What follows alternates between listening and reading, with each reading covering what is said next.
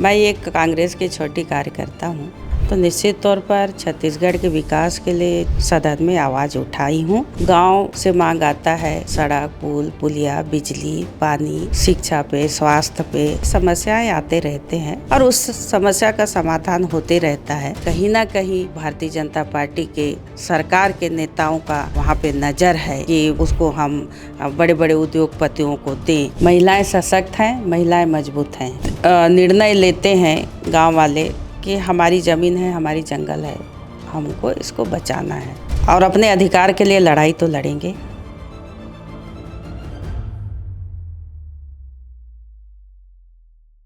छत्तीसगढ़ में 2 राज्यसभा सीटें खाली हुई हैं और कांग्रेस ने अपना प्रत्याशी मैदान पर उतार दिया, जिनका नाम है फूलो देवी नेताम। वे पहले भी सांसद रह चुकी हैं। इस बार कांग्रेस ने फिर से एक बार उन पर भरोसा जताया है। तो आइए उनसे ही जानते हैं कि क्या कुछ रह गया था जिसके बाद अब वो फिर से अपने कार्यकाल में उन्हें पूरा करेंगी। कांग्रेस ने आप पर फिर से एक बार भरोसा जताया है, किस तरह से देखती हैं आप? मेरा सौभाग्य है, मैं एक कांग्रेस की छोटी कार्यकर्ता हूँ। कार्यकर्ता के रूप में हमेशा संगठन कांग्रेस कमेटी के लिए काम किया है। कहीं ना कहीं मुझ पे इतना बड़ा जिम्मेदारी और भरोसा फिर से जताया है। उन शीर्ष नेतृत्व को मैं बहुत आभार व्यक्त करती हूँ, धन्यवाद देती हूँ। ख़ास तौर पर आदरणीय हमारे राष्ट्रीय अध्यक्ष खड़गे साहब जी को, श्रीमती सोनिया गांधी जी को, श्री राहुल गांधी जी को, केसी वेणुगोपाल जी को, सचिन पायलट जी को और प्रदेश के हमारे नेता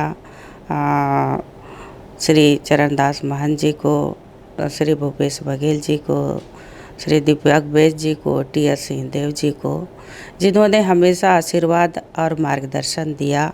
उनके मार्गदर्शन में मैं प्रदेश में हमेशा काम करती गई। जो मुझे जवाबदारी मिला निश्चित तौर पर मैं बेखूबी से निभाई हूँ और कहीं ना कहीं फिर से दोबारा राज्यसभा सदस्य भेजने का जो निर्णय लिया, मैं बहुत धन्यवाद और बहुत आभार व्यक्त करती हूँ।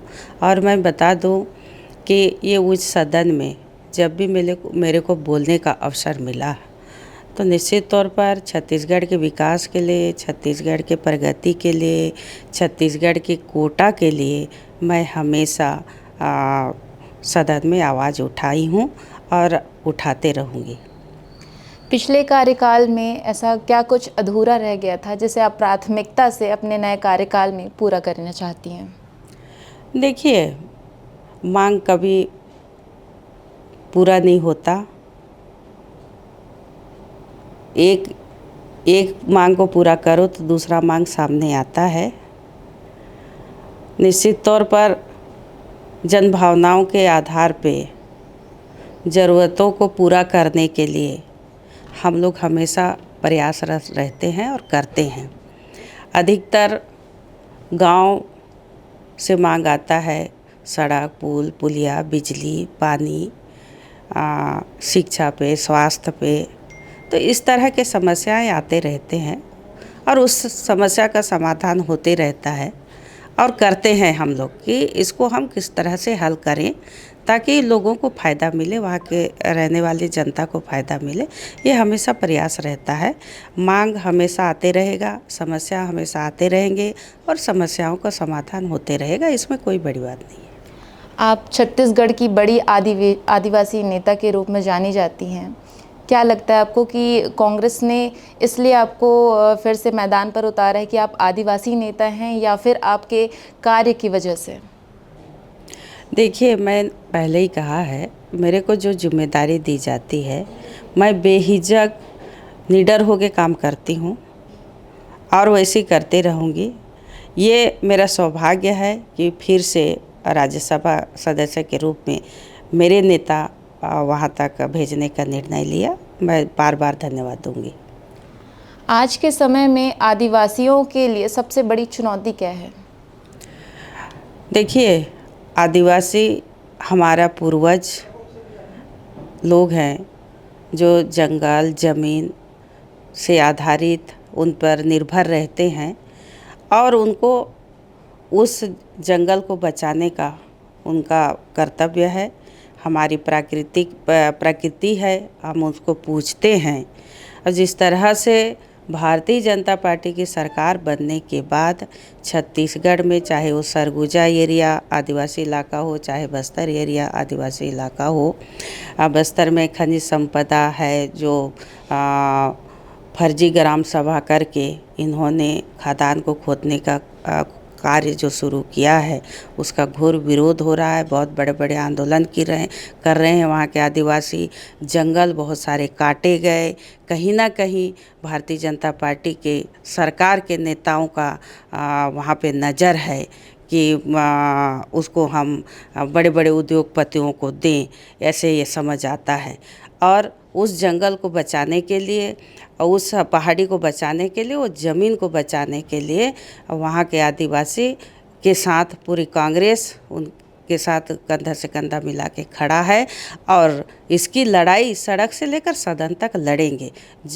हम उसका रक्षा करना जानते हैं। कोंडागांव से लेकर राष्ट्रीय राजनीति का सफ़र आपने तय किया है, कैसा रहा आपका सफ़र? बहुत अच्छा रहा, संघर्षशील भी रहा। बगैर मेहनत करे मिलता नहीं है, और आदिवासी लोग मेहनत करना जानते हैं, और जिसका फल मिल रहा है। खैर, मैं यहाँ तक पहुँचूँगी ये कभी मैं सोची नहीं थी। मैं अपना कार्य करने में रहती हूँ। महिला कांग्रेस की जो है आप अध्यक्ष हैं, उस नाते आप महिलाओं के सशक्तिकरण को लेकर के क्या पहल करना चाहती हैं? महिलाएं सशक्त हैं, महिलाएं मजबूत हैं। बस उनको प्रोत्साहन की ज़रूरत रहती है, मार्गदर्शन की ज़रूरत रहती है। मैं 10 सालों से महिला कांग्रेस के 10वां साल हो रहा है महिला कांग्रेस के अध्यक्ष हूँ। छत्तीसगढ़ में जब से पंचायती राज लागू होने के बाद जो पंचायतों में 50% महिलाओं को आरक्षण देके पंचायतों में, नगरीय निकायों में उतारा गया, और उस आरक्षण के तहत महिलाओं को प्रतिनिधित्व करने का मौका मिला है, तो निश्चित रूप से महिला जब वो सरपंच बनती है या नगरीय निकाय में अध्यक्ष उपाध्यक्ष बनते हैं, उनको भागीदारी मिलती है, तो वो महिला अपना कर्तव्य निष्ठा के साथ काम करती है और ईमानदारी के साथ करती है। महिलाएं काफ़ी आगे आ चुकी हैं। राज्यसभा में दोबारा जाने पर सबसे बड़ा एजेंडा क्या रहेगा आपका? देखिए, परिस्थितियों के आधार पर एजेंडा आते हैं, उस आधार पर हम लोगों ने बात करते हैं। और विपक्ष में होने के नाते हमारा तो यही रहेगा कि जहाँ पे लोगों को फ़ायदा नहीं है, नुकसान है, हमारे देश को नुकसान है, हमारे प्रदेश को नुकसान है, ऐसे कई प्रकार के बिल आते हैं, तो विपक्ष तो जम से सड़क से लेकर सदन तक लड़ाई लड़ती है, और हम साथ में रहते हैं। जनता के साथ हमेशा कंधा से कंधा मिला के चलते हैं। आदिवासी विकास और वन विकास के मुद्दों पर आपकी प्राथमिकताएं क्या होंगी? देखिए ना, मैंने बताया कि एक तो मेरा सौभाग्य है, मैं आदिवासी समाज से आती हूँ, आदिवासी समाज की बेटी हूँ, बहू हूँ। तो सवाल ही नहीं है कि आदिवासी के हितों की रक्षा करने में हम हमेशा तत्पर हैं और रहेंगे। जंगल की बात आपने कहा, मैं इसके पूर्व में भी बोली कि आने वाली पीढ़ी, जिस तरह से धड़ल्ले से जंगल काटे जा रहे हैं, आने वाली पीढ़ी के लिए बहुत नुकसान है, बहुत चिंताजनक है। इसको बचाने का हम सबका कर्तव्य है। छत्तीसगढ़ में आदिवासी नेतृत्व की भूमिका पर आप हैं, किस तरीके से देखती हैं? और भाजपा ने भी जो है नेता को जो है मैदान पर उतारा है, तो इस बार जो चुनाव है उसे किस तरीके से देखती हैं आप? देखिए, ख़ास तौर पर हम संगठन से जुड़े हैं। मैं बता दूं, कांग्रेस पार्टी एक विचारधारा की पार्टी है। कांग्रेस हमेशा आदिवासियों के हितों की रक्षा की है, आदिवासियों को आगे बढ़ाने का काम की है। कार्य योजना तैयार करती है तो सबसे पहले आदिवासियों के लिए करती है, और उस आधार पर पहले प्राथमिकता दे के आदिवासी समाज को जन कल्याणकारी योजनाओं के साथ जोड़ के काम की है। निश्चित तौर पर कांग्रेस में ही ऐसे है जो आदिवासी वर्ग को पूरे सुविधाओं के साथ ऊपर उठाने का काम किया है और आदिवासी भी कांग्रेस के साथ जुड़े हैं, हमेशा कांग्रेस को साथ देते हैं।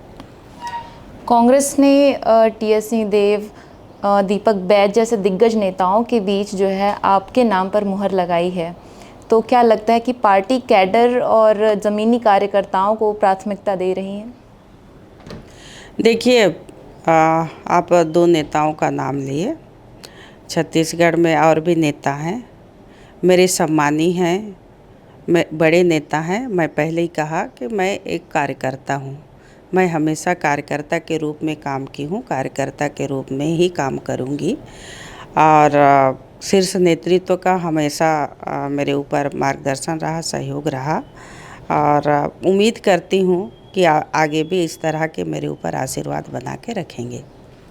आज के समय में राजनीति में महिलाओं के लिए सबसे बड़ी चुनौती क्या होती है? देखिए, राजनीति में बहुत बड़ी चुनौती है। महिलाओं को बहुत संघर्ष करना पड़ता है। महिला घर में पूरा घर को संभालेगी, बच्चों से लेकर पूरे परिवार को, घर का पूरा काम करेगी। उसके बाद समय बचता है तो समाज के लिए और राजनीति के लिए निकालते हैं। बड़ा सौभाग्य है, महिला जहाँ पे संकल्प लेती है, कहना चाहिए दृढ़ संकल्प लेती है, तो महिला उसको करके बताती है और वो करती है और बड़ा ईमानदारी के साथ करती है। ये महिलाओं में शक्ति होती है। आज आने वाले समय में छत्तीसगढ़ के विकास के लिए क्या कुछ प्राथमिकताएं रहेंगी आपकी?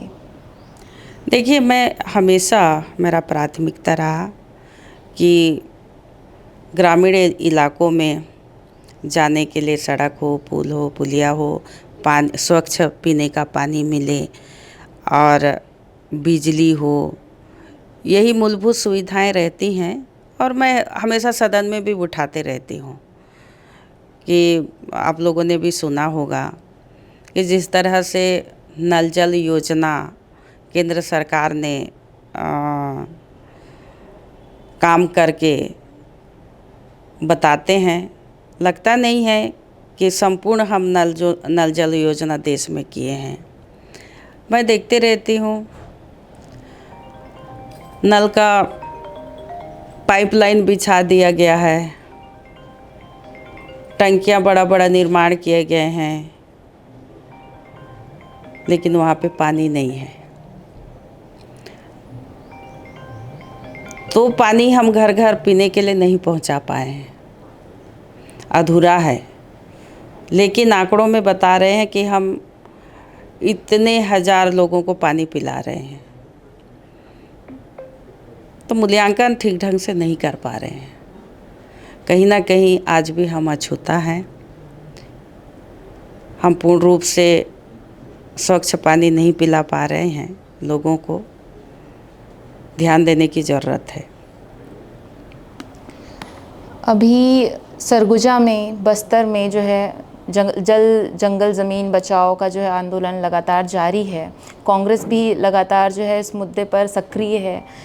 माना कि तूता के जंगलों में भी पेड़ों की कटाई हो रही है। इन मुद्दों पर आपका क्या स्टैंड रहेगा? देखिए, उनका हक है। महत्वपूर्ण निर्णय लेते हैं गांव वाले कि हमारी ज़मीन है, हमारी जंगल है, हमको इसको बचाना है। बहुत ज़ोरों से आंदोलन किए, लेकिन सरकार सुनी नहीं। मैं पहले ही कही थी कि आने वाली पीढ़ियों के लिए दिक्कत होगी और अपने अधिकार के लिए लड़ाई तो लड़ेंगे और लड़ाई लड़ रहे हैं। कांग्रेस उनके साथ खड़ा है। निश्चित तौर पर उनका मांग जायज़ है, उस मांग के साथ कांग्रेस हमेशा खड़ा है और उनका साथ दे रही है। देखिए, तो ये थी हमारे साथ फूलो देवी नेताम, जो कांग्रेस की प्रत्याशी हैं और इस बार जो है वो छत्तीसगढ़ के विकास के लिए और भी प्रगतिशील मुद्दों पर जो है संसद में जो है आवाज़ उठाएंगी। नारी सशक्तिकरण को लेकर के भी उन्होंने बातचीत की और साथ ही जल जंगल ज़मीन को लेकर के जो कांग्रेस का जो स्टैंड है उन्होंने भी साफ कहा है कि आगे के समय में जो लोग आगे की पीढ़ी के लिए जो है ये बेहद ख़तरनाक साबित हो सकता है। इसके लिए भी कांग्रेस लगातार जो है इस मुद्दे को उठाएगी। कैमरामैन सुरेश के साथ मैं Priyanka Sahu, CG unfiltered news, Raipur, Chhattisgarh.